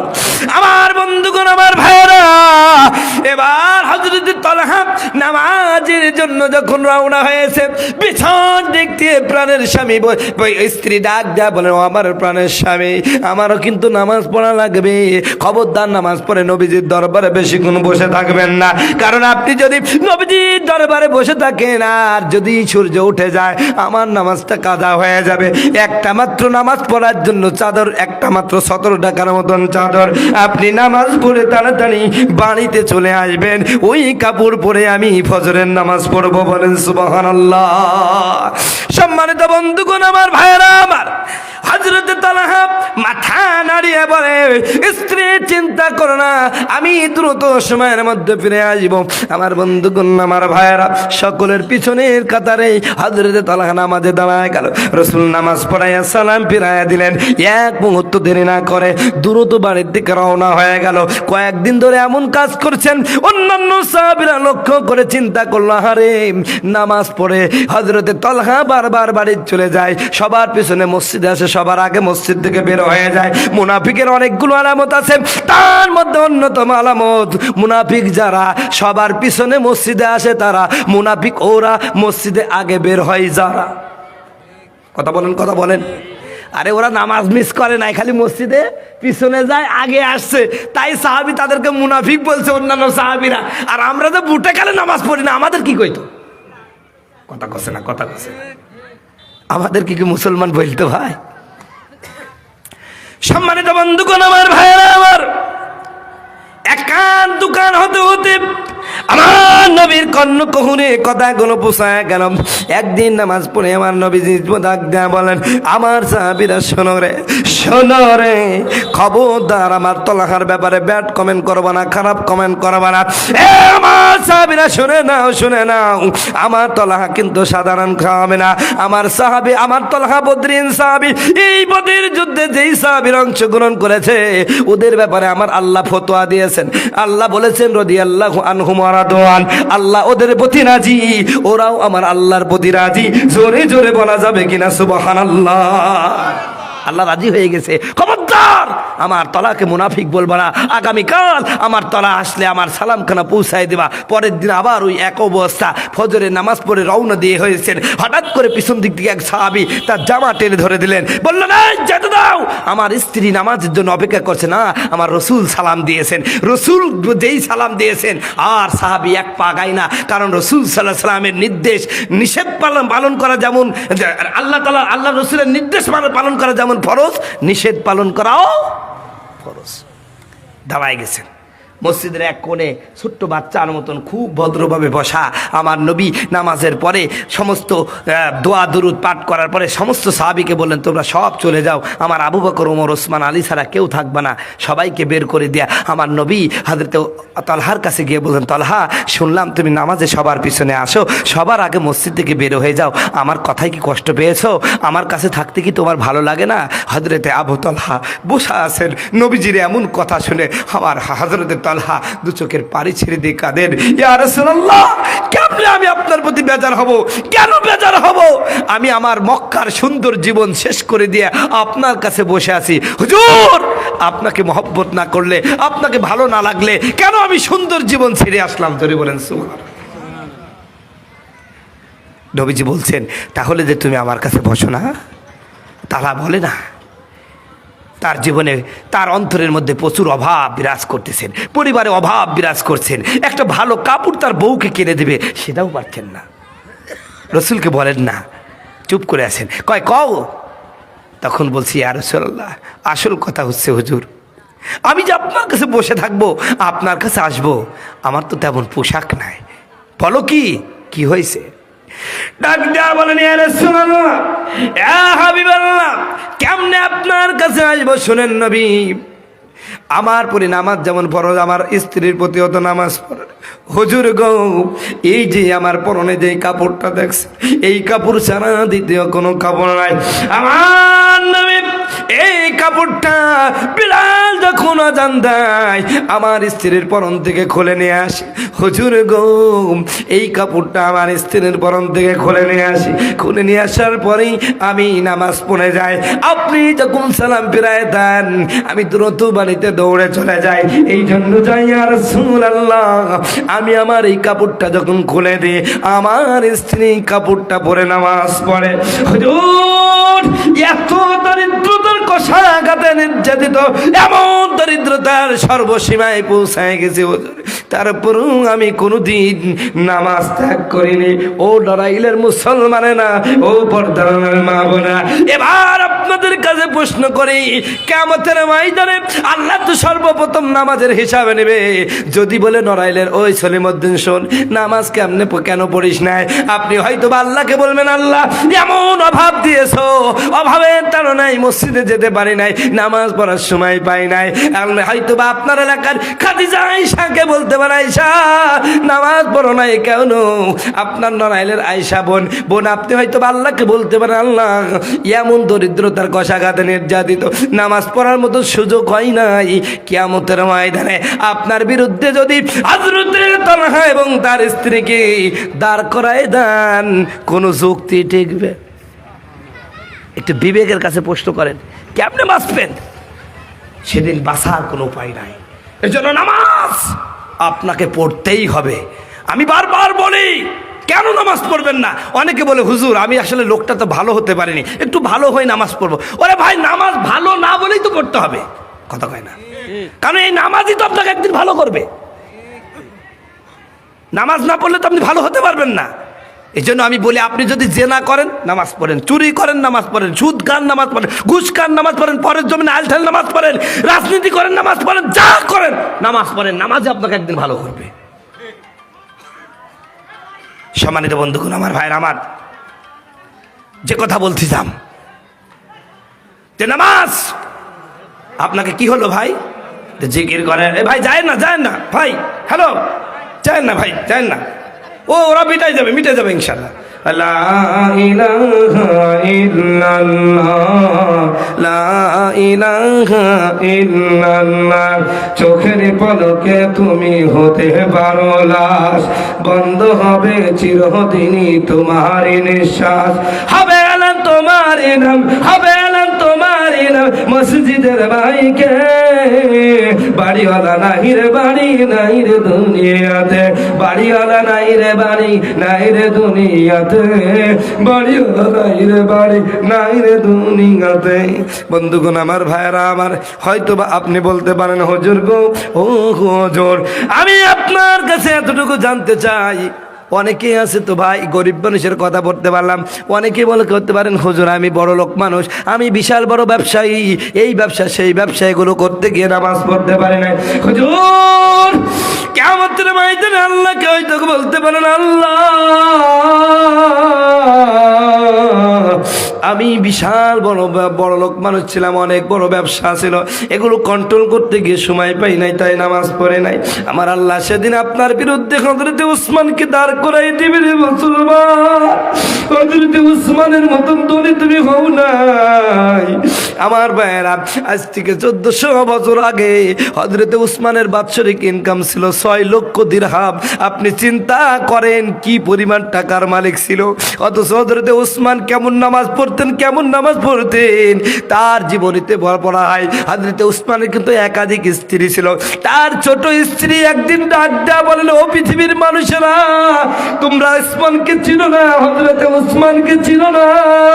হযরতে উসমান এমন একজন ব্যক্তি ছিল রে, এশার নামাজের পরে লোকজন যখন মসজিদ থেকে বের হয়ে যেত, হযরতে উসমান এত বড় ব্যবসায়ী, এত বড় বিশাল আন্তর্জাতিক মানের একজন ব্যবসায়ী মানুষ, ব্যস্ত মানুষ। হযরতে উসমান এশার নামাজের পরে নামাজে কোরআন তেলাওয়াত শুরু করে দিত।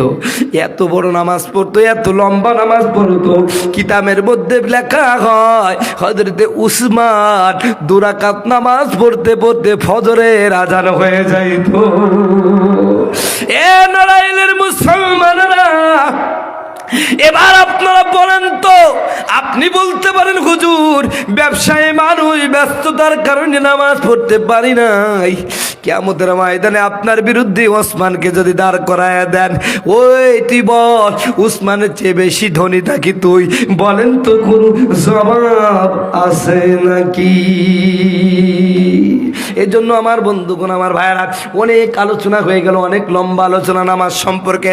এতটুকু কথা আপনাকে বুঝায়, আপনি দরিদ্র হন, খাইতে পান আর না পান, আল্লাহর বিধান আগে, আল্লাহর বিধান আগে, সেটা হলো নামাজ, ঠিক না? সম্মানিত বন্ধুগণ, আমার ভাইয়েরা আমার, এই নামাজকে দুনিয়ার জমিনে কায়েম করার জন্য আমার নবী খুব কষ্ট করেছেন, খুব কষ্ট করেছেন। বন্ধুগণ, আমার ভাইয়েরা আমার নবী আপনার জন্য আমার জন্য কি দুঃখ করেছেন, কি কষ্ট করেছেন শুনেন। কিয়ামতের ময়দানে আমার বন্ধুগণ, আমার ভাইয়েরা, আমার নবী ছাড়া আপনি নাজাত পাবেন না, মুক্তি পাবেন না। নবীকে কিন্তু ভালোবাসতে হবে। আপনার নামাজটা আবল তাবল নামাজ হলে হবে না, আমার নবীর তরিকা অনুযায়ী হতে হবে, নবীর তরিকা অনুযায়ী হতে হবে। আমার নবীর তরিকা অনুযায়ী যখন নামাজ পড়বেন, তখন আপনার আল্লাহর নবীর প্রতি মহব্বত চলে আসবে। আল্লাহর নবীর প্রতি যদি মহব্বত চলে আসে, তাহলে লাভটাকে শুনেন। আমার আল্লাহ বলেন, কুল ইন কুনতুম তুহিব্বুনাল্লাহ ফাত্তাবিউনি ইউহিব্বুকুমুল্লাহ আগফির লাকুম যুনুবাকুম ওয়াল্লাহু গফুরুর রহিম। আমার আল্লাহ ডাক দেয়া বলেন, এ পৃথিবীর মানুষেরা, তোমরা আমি আল্লাহর ভালোবাসা চাও, আমি আল্লাহর ভালোবাসা যদি পাইতে চাও, আবার নবীকে অনুসরণ করো। অর্থাৎ নবী যেমন ভাবে চলেছে, নবীর চরিত্রটা যেমন ছিল, নবীর নামাজটা যেমন ছিল, নবীর চলাফেরা যেমন ছিল, তোমার চলাফেরা, তোমার নামাজ, তোমার চরিত্র এমন করো। যদি করতে পারো, আমার আল্লাহ বলছেন, আমি আল্লাহ তোমাকে ভালোবাসবো। শুধু ভালোবাসা না, বরং আমি আল্লাহ রব্বুল আলামিন তোমার জীবনের গুনাহ মাফ করে দিব। বলেন সুবহানাল্লাহ। একজন নবী আসিল গো সোনার মদিনায়, ওরে যাহার প্রেমে মজনু হলো, যাহার প্রেমে মজনু হলো খুদের বাহানায়, একজন নবী আসিল গো সোনার মদিনায়। সম্মানিত বন্ধুগণ, আমার ভাইয়েরা, আবার নবীকে সাহাবায়ে কেরাম কেমন ভালোবেসেছেন একটু ভালো করে শুনেন ভাই। আমার নবী মুহাম্মদ সাল্লাল্লাহু আলাইহি সাল্লাম একবার একজন সাহাবী নাম হযরতে খুবাইব রাদিয়াল্লাহু তাআলা আনহু, হযরতে খুবাইবকে একটা যুদ্ধে প্রেরণ করে দিলেন। ঘটনাক্রমে ওই কাফেররা তাদেরকে পাকড়াও করে ফেললো, সবাইকে মেরে ফেললো। এক পর্যায়ে খুবাইবকে জেলের মধ্যে বন্দী করে হলো, ও খুবাইব ইসলাম ছাড়ো, না হলে তোমাকে মেরে ফেলবো। খুবাইব বলল, মেরে ফেলো, আমি আমার নবীর প্রতি মহব্বত ভালোবাসা ছাড়বো না। সম্মানিত বন্ধুগণ, আমার ভাইয়েরা, আমার এক পর্যায়ে জেলখানায় বন্দী করে দিয়ে মুসলমানের ঈমান নষ্ট করার জন্য কি করলো দেখেন, হযরত খুবাইবের সামনে কারণে শুকরের গোস্ত আর মদ রাখা হলো, যেটা ইসলাম ধর্মে দুটোই হারাম, দুটোই হারাম। কিন্তু কেউ যদি বাধ্য হয় ক্ষুধার তাড়নায় জীবন বাঁচানোর তাগিদে হারাম খাবার সাময়িকের জন্য ইসলামে জায়েজ হয়ে যায়, কিন্তু সব জায়েজ কাজ করা যায় না। ও ভাই, কারো যদি মাজায় সমস্যা থাকে, কিসের মাজায় সমস্যা থাকে, এমন মাজা যে বসতেই পারছে না, এখন আপনার প্রসাব চাপিছে, ওই মুহূর্তে কিন্তু দাঁড়িয়ে প্রসাব করা জায়েজ, কারণ আপনি মাজুর। আচ্ছা বলেন, একজন সাধারণ মানুষ ওটা পারবে, আমি হুজুর পারবো?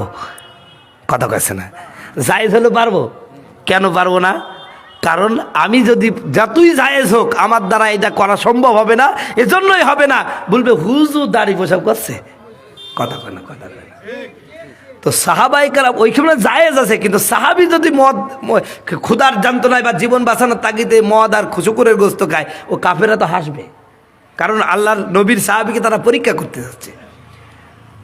তো যারা বন্দি করলো ওই কাফেরা বলল, খুবাইব দেখবো তোমার নবীর প্রতি তোমার টান কতটুক, আল্লাহর প্রতি ভালোবাসা কতটুক আমরা দেখিয়ে নেব। এই যে জেলখানা বন্ধ করলাম আর খাবার দিলাম মদ আর শুকর, কয়দিন না খাই থাকেই দেখবো। জোরে বলেন নাউজুবিল্লাহ। সম্মানিত ভাইরা আমার, হযরতে খুবাইব ক্ষুধার যন্ত্রণা, একদিন দুদিন তিন দিন আল্লাহকে বলছে, আল্লাহ আমি জানি তুমি জায়েজ করে দিয়েছো সূরা মায়েদায়, জীবন বাঁচার তাকিদে এই শুকরের গোস্ত আমার জন্য এখন বৈধ, কিন্তু আমি যদি খাই তোমার ইসলাম ছোট হয়ে যাবে। ও আল্লাহ, ইব্রাহিম আলাইহিস সালামকে আগুনের মধ্যে 40 দিন জান্নাতের খাবার খাওয়াইছো, আমি তোমার নবী ইব্রাহিম না, কিন্তু তোমার নবীর তো উম্মত। জোরে বলেন সুবহানাল্লাহ। ও আল্লাহ, তোমার হাবিবকে না তুমি ভালোবাসো, তো তোমার হাবিবের ভালোবাসার কারণে আজকে তুমি তোমার হাবিবের ইজ্জত রক্ষা করো। জোরে বলেন সুবহানাল্লাহ। আল্লাহ তুমি কি পারবা না আমাকে জান্নাতি খাবার খাওয়াইতে? জোরে বলেন সুবহানাল্লাহ। 3 দিন চলে গেল। 3 দিন পরে হযরতে খুবাইব ক্ষুধার যন্ত্রণার চোটে এক পর্যায়ে আমার ভাইয়েরা বেহুশ হয়ে যাওয়ার অবস্থা, তিনি ঘুমিয়ে পড়লেন। এটা শেষ করলে ভালো হয় ইনশাল্লাহ। আপনি হলো ইনি আসেন ভাই, বক্তা নিয়ে আসেন, আমার শেষের পথে। বুঝতে আছে, আমি শেষ করে দেবো এখন। তাহলে ভাই, যেহেতু বক্তা চলে আসছে, এখন বক্তা আগে সাথে নিয়ে কথা বলা এটা অনুচিত, ঠিক কিনা? এই জন্য যে আলোচনা ধরতে গেলাম এটা আর শেষ করতে পারলাম না। কষ্ট পেলেন নাকি? তো যাই হোক, ইনশাল্লাহ ভালো থাকেন। ভালো থেকো বন্ধু, যদি বেঁচে থাকি দেখা হবে আবার। চারিদিকে মৃত্যুর হাহাকার শুনি, কন্দনের হৃদয়ে সবার। মনটাকে ধুয়ে মুছে সাফ করে নাও, বেলা বুঝি হয়েছে যাবার। ভালো থেকো বন্ধু, যদি বেঁচে থাকি দেখা হবে আবার, ঠিক কিনা? সম্মানিত বন্ধুগণ, আমার ভাইয়ের আমার, যাই হোক, আমি আমার যে বিষয়টা আমি সূরাতুল আনকাবুত থেকে 45 নম্বর আয়াত তেলাওয়াত করেছিলাম। আল্লাহ বলেন, উতলুমা উহিয়া ইলাইকা মিনাল কিতাব ওয়াকিমিস সালাহ ইন্নাস সালাতা তানহা আনিল ফাহশা ওয়াল মুনকার। আল্লাহ বলতেছেন, হে নবী, কোরআনুল কারীম থেকে আপনার প্রতি যা নাজিল করা হয়েছে এটা আপনি তেলাওয়াত করুন, নামাজ পড়ুন। নামাজ অন্যায় কাজ থেকে বিরত রাখবে। সেই নামাজটা কেমন নামাজ হতে হবে সেই কথাগুলো আমি আপনাকে বুঝিয়েছি। প্রিয় ভাইরা আমার, পরকালে এই নাজাতের জন্য আমার রসুল বলবেন, উম্মতরা তোরা নামাজ পড়িস, তোরা নামাজ পড়িস।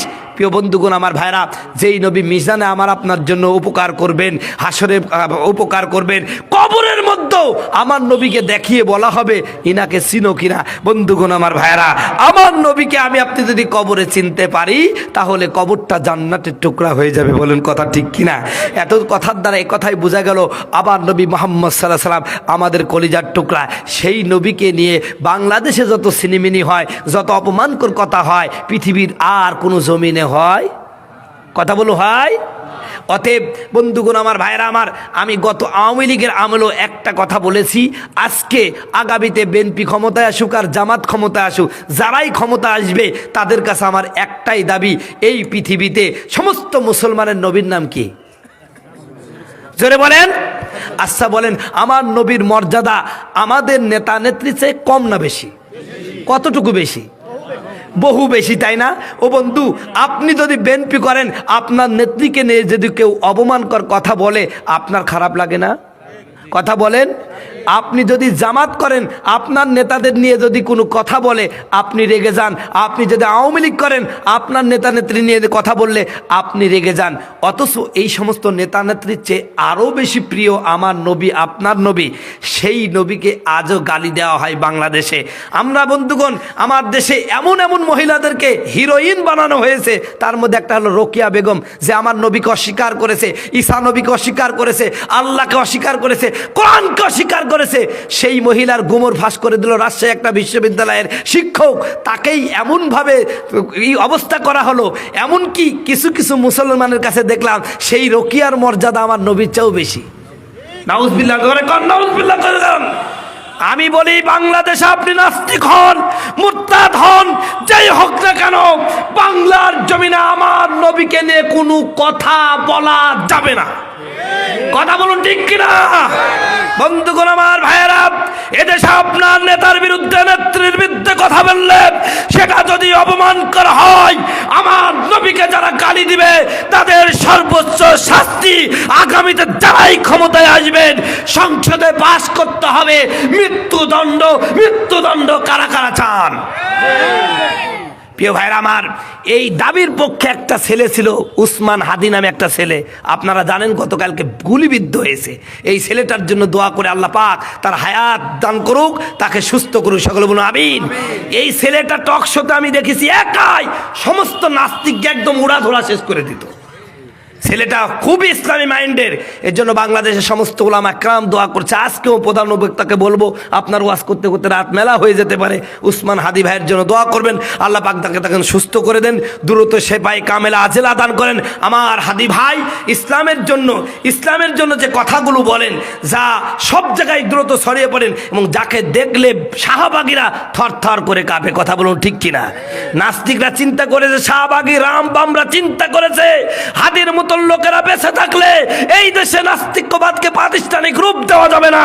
এজন্য কায়দা করে হাদির উপরে হামলা করা হয়েছে। কথা বলুন ঠিক কিনা? আমরা এর তীব্র নিন্দা জানাচ্ছি। এই বাংলাদেশে কেউ অপরাধ করলে তার বিচারের জন্য আইন আদালত আছে। প্রত্যেকটা মানুষের বেঁচে থাকার অধিকার আছে। কথা বলুন ঠিক কিনা? আগামীতে আমরা চাইব যারা এই ক্ষমতা আসবেন, প্রতিটা নাগরিকের বেঁচে থাকার অধিকারটুকু আপনার প্রতিষ্ঠিত করবেন। কথা বলুন ঠিক কিনা? সম্মানিত বন্ধুগণ, আমার ভাইরা, সর্বশেষ আপনাদের কাছে এতটুকু কথাই বলে যাই ভাই, আপনারা ওয়াজ শুনেন আর যাই করেন ভাই, নামাজটা পড়েন। কি পড়েন? নামাজ পড়েন। আগামীতে যদি আপনাদের সামনে আসতে পারে, আমার ওই যে যেখানে আলোচনা শেষ করেছিলাম, যেখানে রেখে গেলাম, এখান থেকেই আবার শুরু করবো ইনশাআল্লাহ। আল্লাহ যদি কথা বলে তৌফিক দান করে। মা বোনেরা আসছেন, আসলে তাদের জন্য বেশি কথা বলা হয় নাই, তবে আগামীতে ইনশাআল্লাহ বলা যাবে যদি আল্লাহ পাক তৌফিক দান করে। যেহেতু আপনাদের এলাকায় নতুন এসেছি, আল্লাহ পাক কবুল করে সকল আমিন। আমরা যা বললাম আমি সহ আপনাদের সকলকে আমল করার তৌফিক দান করুন। ওমা আলাইনা ইল্লাল বালাগ। আসসালামু আলাইকুম ওয়া রাহমাতুল্লাহি ওয়া বারাকাতুহু।